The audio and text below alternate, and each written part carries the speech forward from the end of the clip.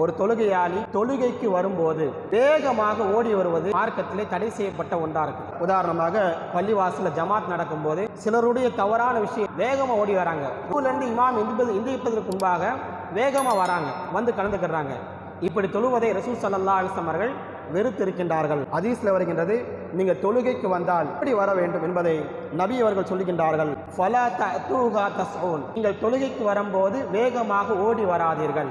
வஅதூஹா தம்ஷூன அலைக்கும் சகீனா, நிம்மதியான நடையிலே வழக்கமான நடையிலே நீங்க பள்ளிவாசலுக்கு வாருங்க. ஃபமா அதரக்தும் ஃபஸல்லு, எந்த ரக்காத் கிடைத்ததோ அதை நீங்க தொழுது கொள்ளுங்க.